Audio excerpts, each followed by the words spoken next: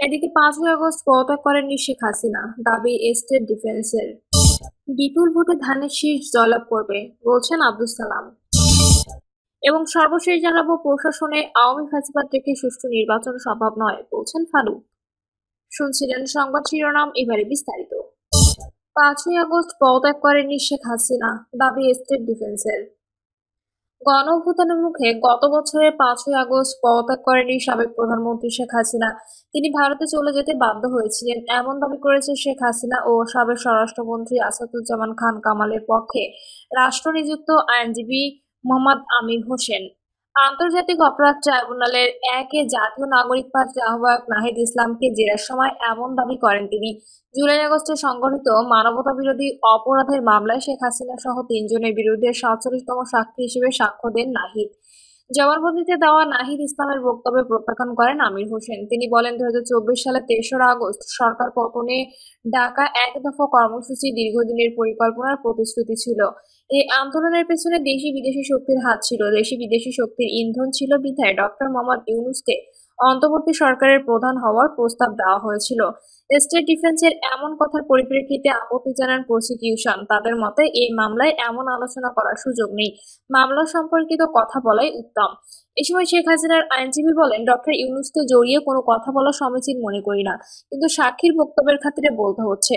শেখ হাসিনা ও কামালকে নির্দোষ দাবি জানিয়ে তিনি আরো বলেন, আন্দোলন দমনে হেলিকপ্টার ও মারণাস্ত্র ব্যবহারের কোনো নির্দেশ দেননি শেখ হাসিনা।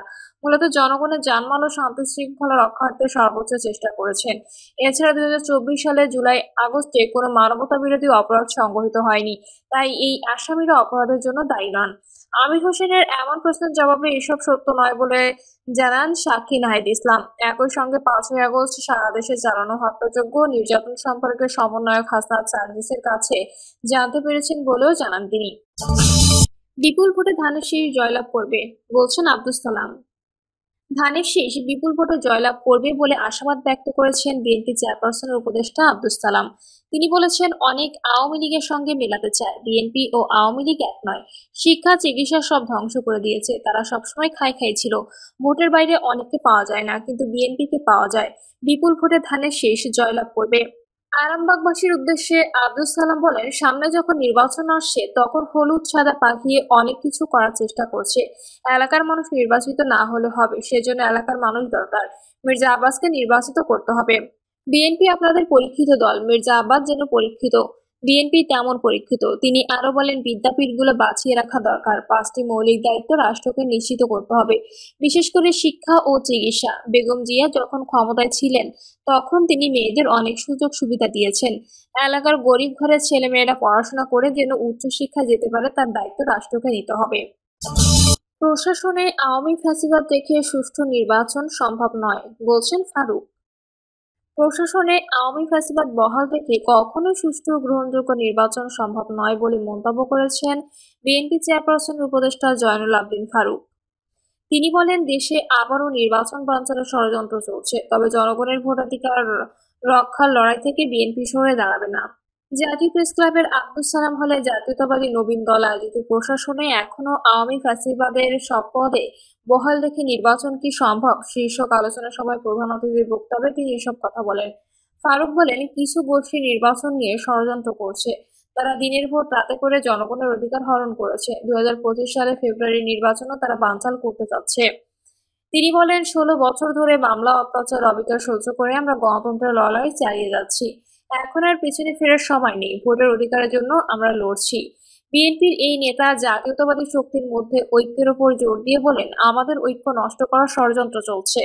কিন্তু দেশপ্রেমিক জনতা যদি ঐক্যবদ্ধ থাকে, কোনো ফ্যাসিবাদী আর টিকবে না। সবাই বিএনপির যুগ্ম মহাসচিব অ্যাডভোকেট আব্দুস সালাম আজাদ, মৎস্যজীবী দল নেতা ইসমাইল হোসেন সিরাজী সহ আরো অনেকে উপস্থিত ছিলেন। প্রয়োজনে বিসিবি ঘেরাও করা হবে, কেন বললেন ইশরাক। বাংলাদেশ ক্রিকেট বোর্ডের নির্বাচন উত্তপ্ত হয়ে উঠেছে ক্রিকেট অঙ্গন। নির্বাচনে সরকারি হস্তক্ষেপ হলে বিসিবি ঘেরাও করার হুঁশিয়ারি দিয়েছেন বিএনপি নেতা ইশরাক হোসেন। এদিকে বর্তমান সভাপতি আমিনুল ইসলাম বুলবুলের বিরুদ্ধে ক্ষমতার অপব্যবহারের অভিযোগ এনেছেন তামিম ইকবাল। সংবাদ সম্মেলনে তামিম এবং অন্য সংগঠকরা অভিযোগ করেন, সাংগঠনিক ক্ষমতা ব্যবহার করে বিসিবি সভাপতি, যুব ও ক্রীড়া মন্ত্রণালয়ের উপদেষ্টা এবং সংশ্লিষ্ট উচ্চ পর্যায়ের ব্যক্তিরা এবং জাতীয় ক্রীড়া পরিষদের নির্বাহী পরিচালক জেলা ও বিভাগে নিজেদের পছন্দমতো কাউন্সিলর মনোনীত করতে চান। মন্ত্রণালয়, ক্রীড়া পরিষদ ও বিসিবির পক্ষ থেকে জেলা ও বিভাগীয় ক্রিকেটের সংশ্লিষ্টদের চাপ প্রয়োগ করা হচ্ছে বলেও অভিযোগ করা হয়। সংবাদ সম্মেলনে সুষ্ঠু নির্বাচনের দাবি জানিয়ে তামিম বলেন, বিসিবি সুষ্ঠু নির্বাচন হোক, এখানে সরকারি হস্তক্ষেপ কোনোভাবেই কাম্য নয়। নির্বাচনের আগে কাউন্সিলরশিপ নিয়ে পরিবর্তন মেনে নেওয়া হবে না। ব্রাদার্স ইউনিয়ন ক্লাবের হয়ে বিসিবির কাউন্সিলর পদ পাওয়া ইশরাক হোসেন বলেন, বিসিবি নির্বাচনে সরকারি হস্তক্ষেপ বন্ধ না হলে আইনি পদক্ষেপ নেওয়া হবে। প্রয়োজনে বিসিবি ঘেরাও করা হবে ও রাজনৈতিকভাবে মোকাবিলা করা হবে। আগামী 4 অক্টোবর অনুষ্ঠিত হওয়ার কথা বিসিবির পরিচালনা পর্ষদের নির্বাচন।